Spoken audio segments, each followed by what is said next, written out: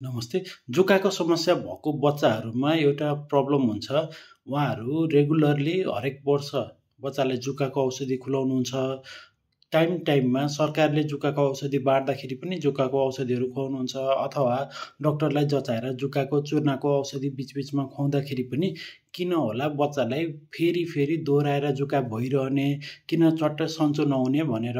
एउटा कुरा के छ भने बच्चा 2-3 वर्षको उमेरको भएपछि उनीहरू जङ्क फुड धेरै खाने, जे भेट्यो त्यो मुखमा लैजाने, औँला चुसिरहने। हामीले जति सम्झाइ बुझाइ गरे पनि हरेक पटक खाँदाखेरि साबुन पानी लगाएर हात नधुने हुनाले उनीहरूको पर्सनल हाइजिन राम्रो हुँदैन। त्यसले गर्दाखेरि जुका सरिरहने हुन्छ। अर्को कुरा, जुकाको अन्डाहरू बच्चाको कपडामा, ओछ्यानमा, उसले खाने थाल कचौराहरूमा, उसको टेबलमा महिनौसम्म जीवित रहन सक्छन्।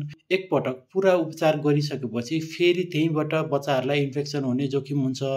त्यस्तै एउटा बच्चालाई जुकाको औषधि खुवाएर सन्चो बनायो भने पनि परिवारको अन्य सदस्यहरू अथवा उसको स्कुलको क्लासको अन्य साथीभाइहरूमा जुकाको समस्या रहेछ भने फेरि अरूबाट उसलाई सर्ने हुन्छ। त्यसैले बच्चाले रेगुलरली जुकाको औषधि खाइरहेको छ भने पनि पटक जुका फर्केर आइरहने, फेरि त्यस्तो लक्षणहरू भइरहने हुनसक्छ। यदि तपाईँको बच्चालाई जुका अथवा चूर्णाको समस्या आइरहन्छ भने परिवारको सबै सदस्यले त्यसको उपचार गराउन जरुरी छ।